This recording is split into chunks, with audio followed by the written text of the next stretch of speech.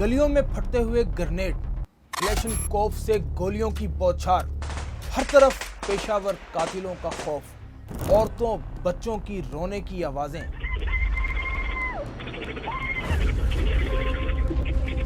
चौधरी असलम की बेवा नौरीन असलम को भी शदीद रंज पहुंचाया। चौधरी असलम की जिंदगी जिद्दोजहद और खिदमत पर मबनी फिल्म या ड्रामा बनाएंगी। चौधरी असलम की शख्सियत मिट नहीं सकती। रहमान डकैत क्या था सब मीडिया को पता है, कराची वाले जानते हैं। वो एक इलाके तक महदूद था और चौधरी असलम के लिए वो एक आंख की बाल जितनी हैसियत रखता है। चौधरी असलम का किरदार जितनी भी तंजीम दहशतगर्दों के खिलाफ चौधरी असलम ने काम खुले दिल से किया। बाबू डकैत के हाथों दादल का भाई जो है वो मारा गया। सही मायनों में लियारी गैंग वॉर कहते हैं। वो हाजी लालू के बेटों रहमान डकैत में थी। सैकड़ों लोग जो हैं वो इस दौरान जो है दरबदर हुए, दर्जनों लाशें गिरी हैं दोनों जानिब। ये हकीकत है। रहमान डकैत की माँ जो है वो गोली लगने से उसका मर्डर हुआ और ये गोली जो है वो रहमान ने ही चलाई। पुलिस की गाड़ियों से चारों जानिब से घिरा हुआ कराची का ये इलाका लियारी,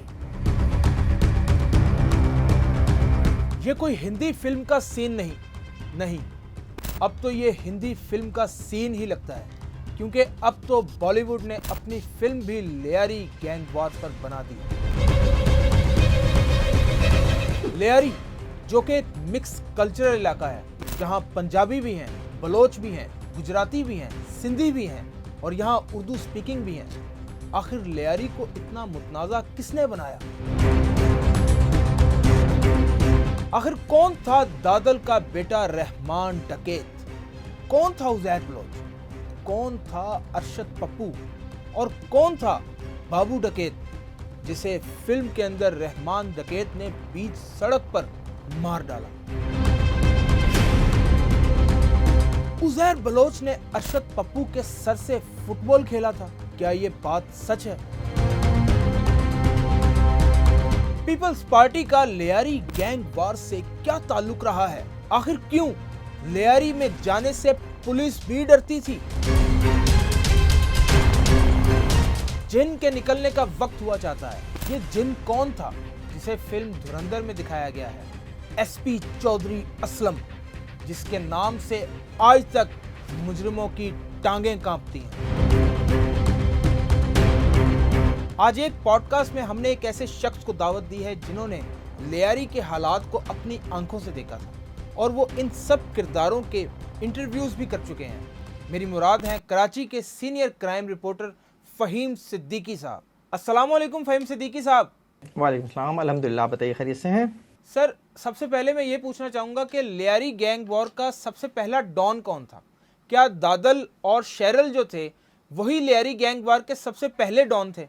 देखिए, जो रहमान डकैत के ज़ाहिर हवाले से जब हम बात करते हैं और हम लियारी के ऊपर जाते हैं, उसकी पूरी हिस्ट्री के ऊपर, तो हमें वहाँ पे दादल नाम का एक किरदार मिलता है। और ये दादल जो है ये बेसिकली 4 भाई थे और ये चारों भाई जो हैं ये छोटे मोटे क्राइम्स में मुलव्विस रहे थे। और इनका जो बाप था मुराद, वो मुराद जो है उसका वहीं नीपिया रोड के ऊपर एक बर्फ़ का डिपो भी था। तो दादल जो है वो बेसिकली उस इलाके में एक मंशियात का अड्डा और जुए और सट्टे का अड्डा जो है वो चलाया करता था। और उस दौर में जो है वो दादल का अगर किसी से कोई मुठभेड़ थी या किसी से कोई उसकी वॉर थी तो वो एक बाबू डकैत था और उस बाबू डकैत से जो है इनके ज़रूर ताल्लुकात जो है वो कशीदा रहते थे और एक दूसरे के ख़िलाफ़ जो है वो चीज़ें होती भी रहती थी। और एक वक्त तो यहाँ तक हुआ कि बाबू डकैत के हाथों दादल का भाई जो है वो मारा गया और इस केस में गिरफ्तार होकर जो है वो बाबू डकैत जेल चला गया। और जब जेल से वो काफ़ी अरसे के बाद वापस आया तो फिर इनके दरमियान एक वक्त में सुलह भी हो गई थी। तो कशीदगी का जो माहौल था वो बाबू डकैत और बेसिकली दादल के दरमियान रहता था। और दूसरी तरफ जो हम एक बड़ा नाम जो है वो इस इलाके का सुनते थे और रिकॉर्ड पर भी है, वो दूसरी तरफ हाजी लालू का है।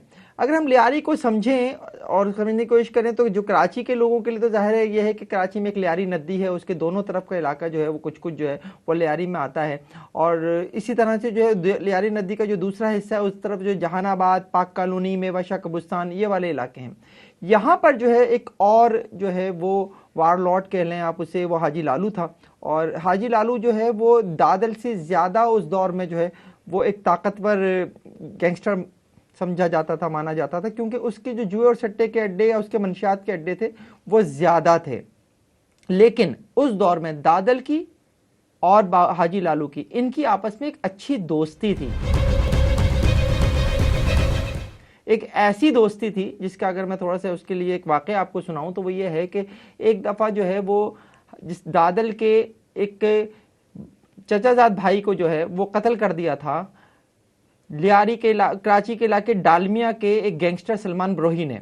और जब ये सलमान बरोही के हाथों जब कज़न का मर्डर हुआ तो बाकायदा तौर पर हाजी लालू ने एक जिरगे में कसम उठाई, ऐलान किया कि इसके कत्ल का बदला जो है वो लेगा। और फिर बाकायदा उसने उसका कत्ल का बदला लिया भी और डालमिया में सलमान बरोही जो है वो मारा गया हाजी लालू के हाथों। ये वाकया बताने का मकसद बेसिकली ये है कि इस तरह के अच्छे ताल्लुकात थे हाजी लालू और दादल के दरमियान। लेकिन बाद में जो इस कहानी में एंट्री है वो रहमान डकैत की है, और ये रहमान डकैत ही बेसिकली दादल का बेटा था। और इसी रहमान डकैत से हाजी लालू और बाद में हाजी लालू के बेटों अरशद पप्पू और अरफात की जो है एक ऐसी लड़ाई शुरू हुई जिसने लियारी का हुलिया बदल दिया, जिसे हम सही मायनों में लियारी गैंग वॉर कहते हैं। वो हाजी लालू के बेटों और बेसिकली जो रहमान डकैत में थी। और ये रहमान डकैत कोई और नहीं था, एक तरफ ये अगर दादल का बेटा था तो दूसरी तरफ जो है ये हाजी लालू के एक वक्त ज़ेरे असर रहा, और इस हद तक ज़ेरे असर रहा कि हाजी लालू ने इसकी शादी उस घर में की जहां वो पहले ही अपने एक और बेटे अरफात की शादी कर चुका था। यानी अरफात और रहमान आपस में हमजुल्फ भी थे, यानी इस हद तक ये क्लोज रिलेशन में थे। लेकिन बाद में जो चीज़ें कुछ ऐसी हो गई कि जिनकी वजह से जो है ये एक दूसरे के खिलाफ हुए, और फिर एक लियारी ने एक ऐसी गैंग वॉर देखी जिसमें पता नहीं कितने घराने जो हैं वो उजड़ गए। मैं समझता हूँ कि सैकड़ों लोग जो हैं वो इस दौरान जो है दरबदर हुए, दर्जनों लाशें गिरी हैं दोनों जानिब। और एक बहुत तवील अरसे की कहानी है जो लियारी में गैंग वॉर की है। सर मुझे ये बताइएगा कि रहमान डकैत ने क्या वाकई अपनी मां को मारा था, और क्या वाकई रहमान डकैत की मां के बाबू डकैत के साथ नाजायज ताल्लुकात थे, या सिर्फ ये किस्से कहानियां हैं? देखिए, इसमें कतन बाबू डकैत का कहीं नाम नहीं आता, ये बिल्कुल एक गलत बात है। और ऐसा कतन नहीं है कि कहीं जो है वो उसकी माँ के ताल्लुकात जो हैं वो कोई भी बाबू डकैत से रहे हों, ये गलत कहानी है। और माएँ सांझी होती हैं, इसलिए मैं इसके ऊपर कुछ बहुत ज़्यादा बात नहीं करूँगा। मैं सिर्फ ये बताना चाहूँगा कि दो किस्म की गुफ्तगू इसके ऊपर होती है, या दो किस्म की कहानियाँ इस वाक़े से जुड़ी हुई हैं।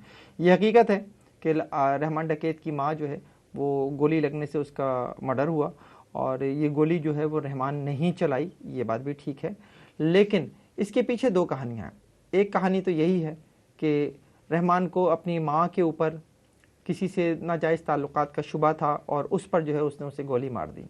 लेकिन ये कहानी जो है ये पुलिस की कहानी किसी हद तक कही जा सकती है, और जो लियारी के लोग इस हवाले से कहानी सुनाते हैं, या जो उनका मौक़िफ़ है वो ये है कि जो रहमान की माँ है वो रहमान को रोकने की कोशिश करती थी। जब उसने जो है वो एक दौर में जो आरिफ था बलोच, जिसका एक बहुत मुनज़्ज़म गैंग था लियारी में, और जब पहली बार रहमान ने उसे ज्वाइन किया था तो उस वक्त जो है जब वो उन चीज़ों में पढ़ता चला गया तो माँ उसे रोकने की कोशिश करती थी। और एक ऐसे ही मौके के ऊपर जब रहमान के घर पर छापा पड़ा और रहमान हाथ नहीं आया, और उसकी माँ ने बाद में बहुत गुस्से में जो है रहमान से बात की, तो रहमान ने घर के अंदर कहते हैं कि ऐसी फायरिंग वायरिंग शुरू कर दी थी, जिसमें से एक गोली जो है वो रहमान की माँ को लगी, और वो मौके पर ही जो है वो जाँ बहक हो गई थी। तो ये कहानी है बेसिकली। इस कहानी में कतन कहीं भी बाबू डकैत का नाम नहीं आता। और बाबू डकैत के हवाले से तो एक बात ये भी है कि बाबू डकैत जब बाद में जब रहमान चौधरी असलम के हाथों गिरफ्तार होता है, और पहली बार जब नसरुल्लाह बाबर के हाथों गिरफ्तार होता है, यानी कराची ऑपरेशन के दौरान गिरफ्तार होता है, और दूसरी बार जब चौधरी असलम के हाथों गिरफ्तार होता है, इन दोनों अदवार में जितना अरसा भी वो लियारी से बाहर रहा, जेल में रहा, उस दौर में जो है वो एक तरफ बाबू डकैत ने लियारी में अपने पाँव फैलाए, और दूसरी तरफ जो है वो अरशद पप्पू वालों ने भी। तो जब ये वापस आया तो उसने एक दफ़ा दोबारा से लियारी में अपना कंट्रोल संभाला, लेकिन उसके बाबू डकैत से ताल्लुकात जो हैं वो ख़राब भी रहे और अच्छे भी रहे। एक मौके पर जब उसे बाबू डकैत जो है वो इस हाल में मिला कि उसने देखा कि बाबू डकैत को फालिज हो चुका है, तो बताने वाले बताते हैं कि उसने एक घर में बाकायदा फर्नीचर डलवा कर बाबू डकैत को वहाँ रहने के लिए दिया, और उसने बाबू डकैत से अपनी दुश्मनी ख़त्म कर दी। ये दूसरा पीरियड है। एक दफ़ा बाबू डकैत की और जो रहमान का बाप था दादल, उनके दरमियान जो एक वाकया हुआ था जिसमें जो है वो दादल का भाई मारा गया था, उसके बाद भी इनके दरमियान सुलह हो गई थी। और ये दूसरी मर्तबा सुलह जो है वो रहमान और बाबू डकैत के दरमियान हुई थी। लेकिन इस कहानी में ट्विस्ट ये है कि बाद में बाबू डकैत मारा जो है वो रहमान डकैत के ही हाथों गया। और ये क्यों मारा गया, इसकी वजह ये थी कि बाबू डकैत का एक बेटा था अनस। बेसिकली ये ईरान में रहता था, आता जाता रहता था लियारी, और ये आके जो है वो रहमान के इलाके में जो अफशानी गली वगैरह का इलाका है वहाँ आकर जो है वो फायरिंग वायरिंग कर दिया करता था। तो एक दफ़ा जो है जब उसने ऐसी हरकत की तो रहमान के लड़कों ने जो है उसको मार दिया था।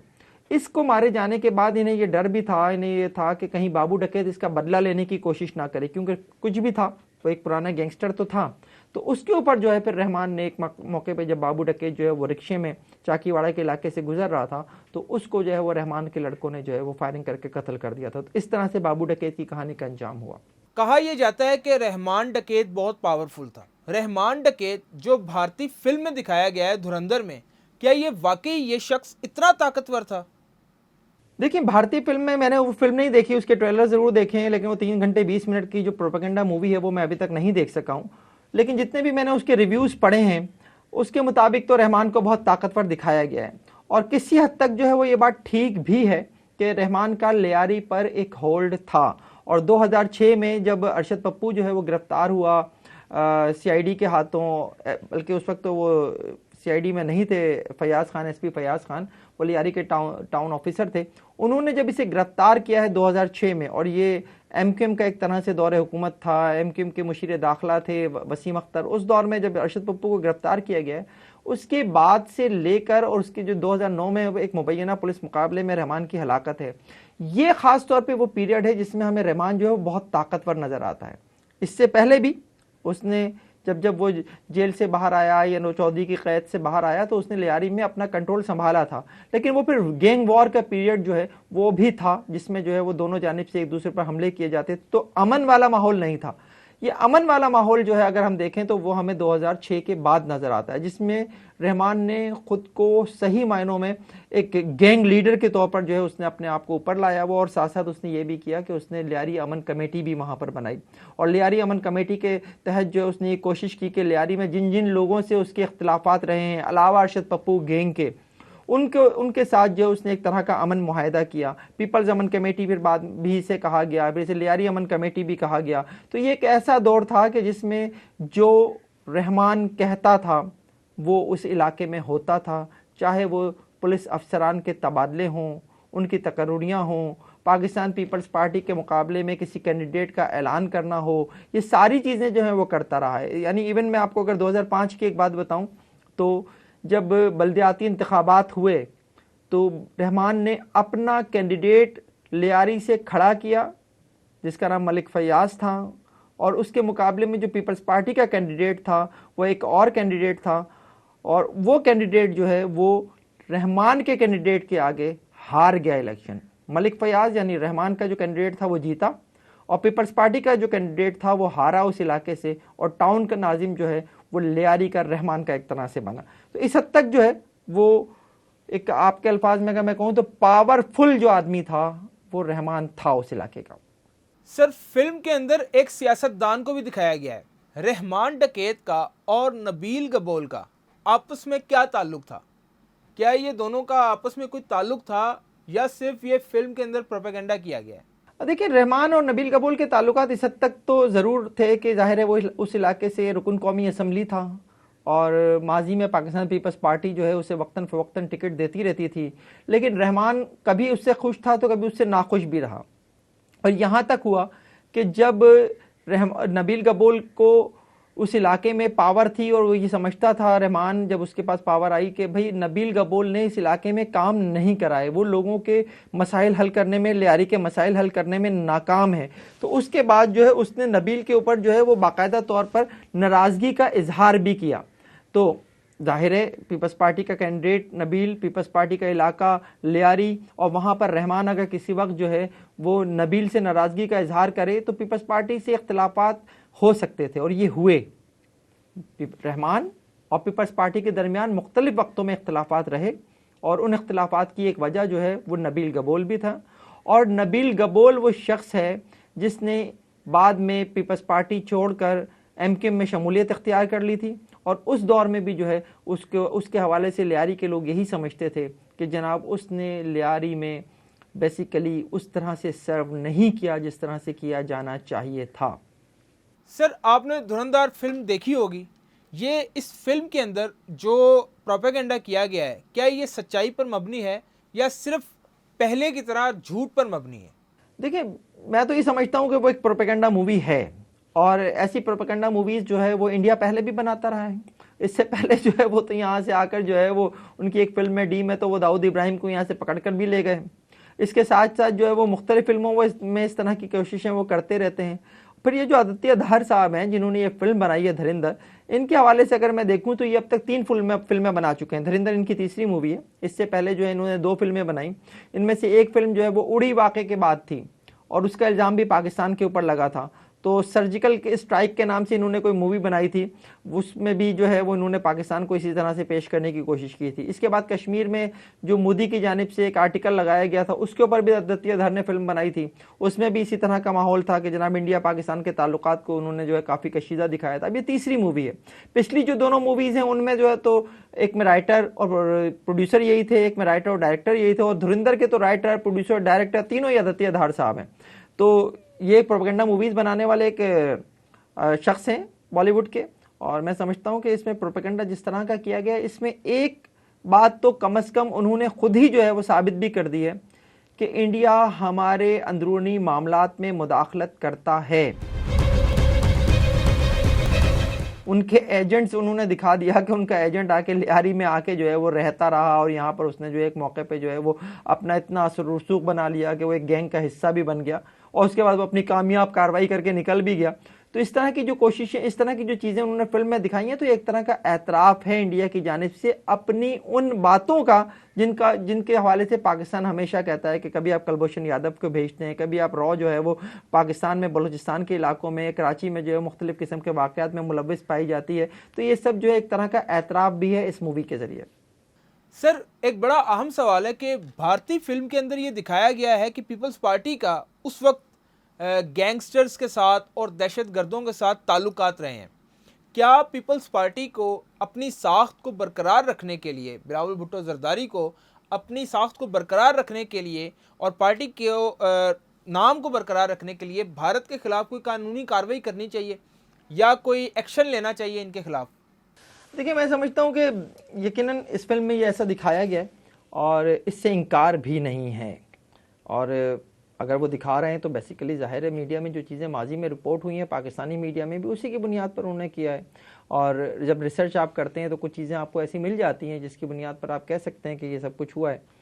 तो अगर हम जो है सिर्फ़ और सिर्फ बीबी की वतन वापसी के मौके पर, जब 2007 में कराची में कारसाज के मुकाम पर बम ब्लास्ट होता है और उस मौके पर जो जानिसाराने बेनज़ीर हैं वो बीबी की सिक्योरिटी पर तैनात होते हैं, और उसमें एक बहुत बड़ी तादाद जो है वो लियारी के नौजवानों की होती है, और उस जानिसाराने बेनज़ीर का एक अनअनाउंस्ड लीडर जो होता है वो रहमान था। और जो हमें जो है वो बाद में नज़र भी आया कि कुछ तस्वीरों में भी और वैसे भी कि बीबी को बम धमाकों के बाद उस जगह से बिलावल हाउस तक जिस शख्स ने पहुँचाया था वो भी रहमान ही था। तो इस तरह की चीज़ें ज़ाहिर मौजूद हैं, तारीख़ का हिस्सा हैं, और तारीख़ का हिस्सा होने की वजह से ही जो है वो इंडिया की इतनी कोशिश हुई है, इतनी हिम्मत हुई है कि उन्होंने जो है ये फिल्म बनाई है। और बात यह है कि बेसिकली लियारी पीपल्स पार्टी का गढ़ समझा जाता है, और आज भी काफ़ी हद तक जो है वो लियारी में पीपल्स पार्टी अपना असर व रसूख रखती है, इससे इनकार नहीं है। यहाँ से जुल्फ़िकार अली भुट्टो ने इलेक्शन लड़ा, यहाँ से बेनज़ीर भुट्टो ने इलेक्शन लड़ा, यहाँ से आसिफ अली जरदारी ने इलेक्शन लड़ा, यहाँ से बिलावल भुट्टो ने भी इलेक्शन लड़ा, लेकिन वो हार गए। तो इस तरह का ये एक हल्का है, और इस फिल्म के ज़रिए जिस नौयत का ताल्लुक़ दिखाने की कोशिश की गई है वो ताल्लुक़ ऑन रिकॉर्ड है। इससे पीपल्स पार्टी इनकार करे या इसका इकरार करे, मैं नहीं समझता इकरार तो करेगी, लेकिन ये चीज़ें हैं, ये ओपन सीक्रेट हैं। जुल्फ़िकार मिर्ज़ा के अगर हम दौर की बात कर लें तो जो पीपल्स अमन कमेटी है उसके लोगों को जुल्फ़िकार मिर्ज़ा अपना बच्चा कहा करते थे, और ये वही जुल्फ़िकार मिर्ज़ा हैं जो बेसिकली पाकिस्तान पीपल्स पार्टी के उस वक्त रहनुमा भी थे, और सिर्फ रहनुमा ही नहीं बल्कि वज़ीर दाखिला भी थे।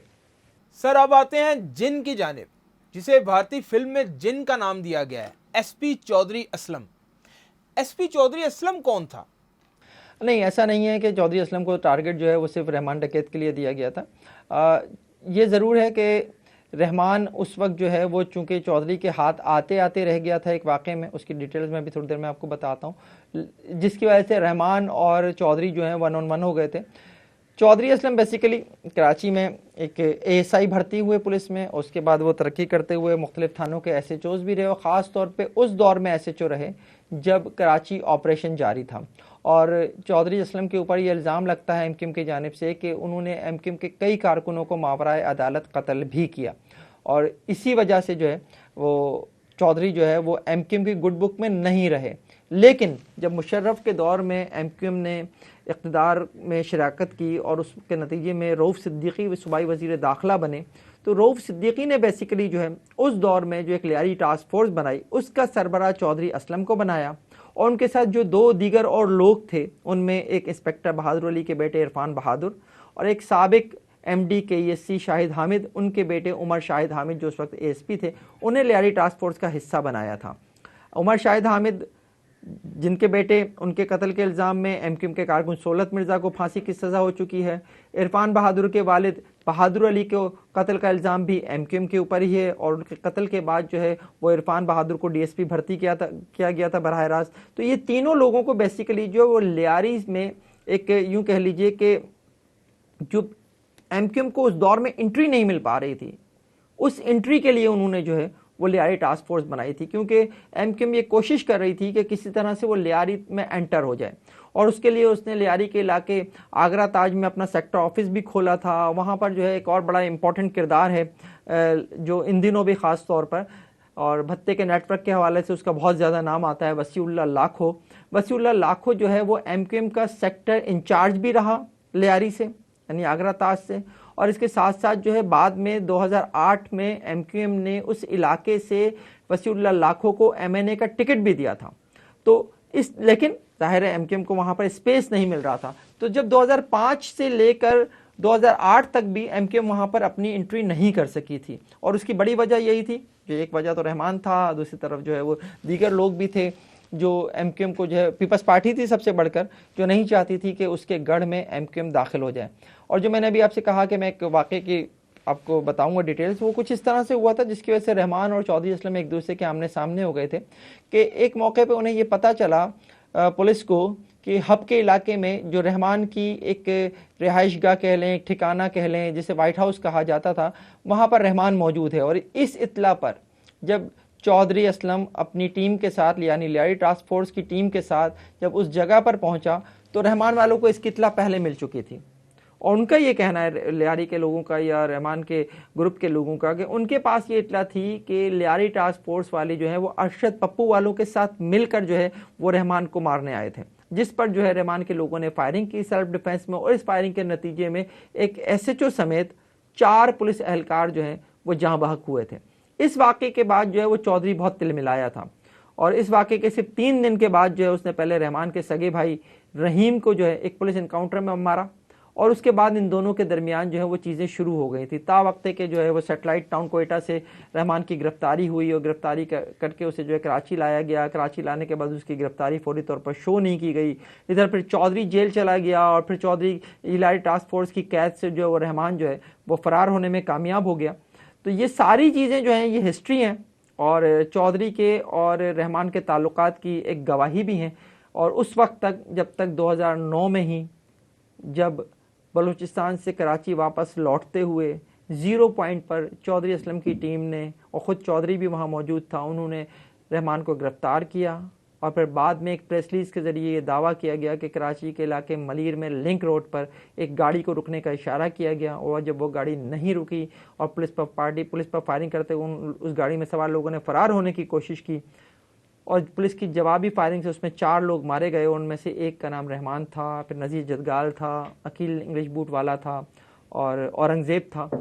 ये चारों लोग जो हैं फिर 2009 में इस तरह से जो है वो एक पुलिस मुकाबले में मारे गए। और मैं समझता हूँ यहाँ से चौधरी और रहमान की जो मोहब्बत भरी कहानी थी उसका अंजाम हुआ। सर, हमने रहमान डकैत की बीबी शहीद बेनज़ीर भुट्टो साहिबा के साथ तस्वीरें भी देखी हुई हैं, और क्या जब कारसाज में बेनज़ीर भुट्टो साहिबा पर हमला हुआ था, बीबी शहीद पर हमला हुआ था, तो क्या रहमान डकैत ने उन्हें बचाया था?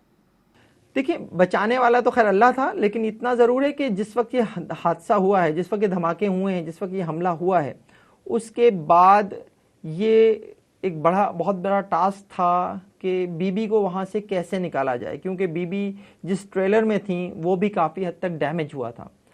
उस वक्त जो है फिर रहमान ने आगे बढ़कर बीबी को अपनी सिक्योरिटी में वहाँ से निकाला था और कारसाज से बिलावल हाउस तक पहुँचाया था।